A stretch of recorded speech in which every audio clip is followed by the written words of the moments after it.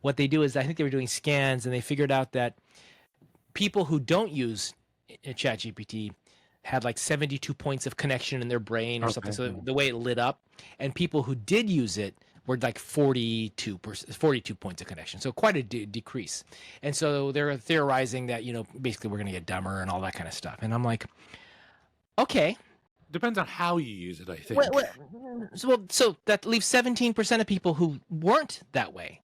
Yeah. That right. means, a little less than 1/5 of the people out there, 1/6 of the people roughly out there are actually probably getting better, getting more cognitive, or their cognitive things that are firing in the brain are changing, maybe, right? Because now I don't have to think about this lower layer of thinking because I've palmed that off on AI. Now I can think at a higher level of thinking. So what it got me to think about was you're portraying this as something bad. But I'm gonna draw a parallel back to my old Industrial Revolution thing here. Industrial Revolution, before the age of Industrial Revolution, I will bet you the average person was stronger physically. Well, yeah, physically muscular, stronger. Yeah. Today we aren't. The people who are strong today are the people who make an effort to go out and work out and play sports, and they actually take time out of their day because they don't need to in life. Life doesn't require the physical activity. Yeah, right. And so now my thought is, what if I were to extrapolate those numbers, would it be something like 83% of us now are physically weaker than before the revolution, but 17% aren't? Maybe there's this kind of, oh, that's the 80-20 rule. That's the Pareto principle, pretty much, right? 80%. So if we think about it from that perspective, would we say life was better in the Industrial Revolution than today? We're physically weaker. No, that was one aspect. And I think because we value cognitive ability so highly, because it is one of the things that makes us humans differentiated from other animals, it feels fearful. But I wonder, yes, 80% of the people will change their cognitive ways. Yeah. And the way we measure it today, they will be weaker. But when I talk about someone who's doing a job today, the strength they have is not their physical strength; it's the tools they use, it's the machines they use. So maybe when I measure cognitive strength in the future, it's you and AI, you and the thinking tools that you're using. That's the unit I need to measure. Well, so what's your output? It's the mindset. We're stuck in how we think about the world today.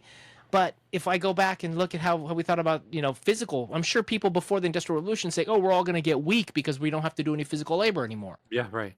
And so, maybe a lot of this is just doomsday thinking that that's okay because we'll figure out a way through it.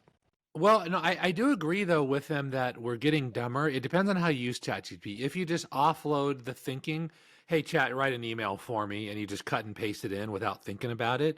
See, I don't do that. I'm like, oh, no, remove that word or explain why you use that sentence because that's not exactly what I want, Scott, so I go round and round. So you're one of the 17%, but let's go think about the 83%. The guy says, write this email for me. He writes it, he pops it in there, and he sends it off. Yeah. And it's okay for right now. But in 6 months' time, everyone's doing that. So it's no longer okay. It's no longer good. Starts to realize, oh, crap, I'm not getting good results. I now need to get a better result out of ChatGPT. What can I do to get a better result? Hey, Chat, this isn't quite what I want. Can you make it a little better? It makes it a little better. You just learned to use ChatGPT for better output. So I think in many cases, what's going to happen here is it's an immediate dumbing down of 80% of the population. Okay. But they are going to have to level up their game, so their output using chat's going to go up over time. So what I'm trying to do is looking at a meta view, not you as an individual. The meta view here is, yes, it is going to dumb us down. Are we going to stay dumb over the next 100 years?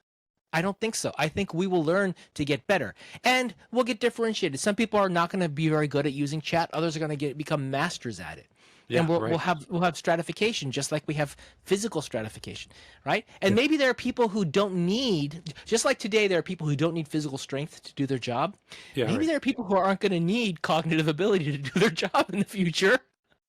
Well, I guess it depends on what cognitive, because I always like to translate everything into war because it's just simple for me to understand. So this is the way I view it, right? So let's say you and I, we're fighting, right? And we got sticks and knives. And then Captain Kirk comes up and gives me a Star Trek phaser, right? and people don't know about the phaser yet. So I'm going to win every single battle, not because I'm better, not because I'm smarter. It's like, I just have more fire. I just got a better tool. But I think over the next 2 to 3 years, everybody starts to have Star Trek phasers. And now everything goes back to neutral again, right? There's no advantage because nobody thinks, but the people who are thinking, and the reason for this podcast is that we're thinking better. So now we know how to use our tools more effectively. So we'll still win if you can think more effectively, even though everybody's got a phaser, you know? So I don't quite think that that's the fair case, because you're giving the technological advantage to one person and not to another. In this case, we are giving the technological advantage to everyone. That's what I'm How saying. you No, use no, it. No, no, no, no, no, no, no, no. no. You're equating how to use AI as the phaser, and I'm saying no. The phaser is the tech. No, that's what I'm saying. No, exactly. That's what I just said. If I didn't say that clearly, that's what I meant actually. And so what I'm saying, there's going to be an adoption period of 2 to 3 years until everybody has a phaser, and then everything's equal again. That's what I'm saying. So Yeah, you so can get a. that is not what you said you give one person a phaser. So Oh so yeah, well, yeah. so let me extrapolate a little bit. I think so. Captain Kirk comes down and gives everybody a phaser. You take the time to learn how to use it. Wait, you take the time to learn how to use it. I use it as a rock and throw it at you. Well, okay, there you go. Okay, if you want to use that, Right? that's So fine. That's the same thing. no, Yeah. because then it's about use. Using Yeah. AI, the guy who who learns how to use AI and gets a better result, versus the person who doesn't learn how to use AI and gets the worse result. So here it is. I think of it as just another rock, a fancy looking rock, and I throw it at you. You, on the other hand, learn how to shoot, and you are able to win, right? Yeah, And I'm until not going until that deep, but yeah, I'm thinking they still need to know how to shoot it, and you get immediate benefit just because you have more power available to you, right? yeah, but in that scenario, we all learn how to shoot. So what I'm saying, you're saying the speed at which you learn to shoot. No. What I'm saying is, here, maybe I'm articulating this right. Actually, I'm saying, so if you give somebody a new tool, they can immediately up their game immediately, like instantly.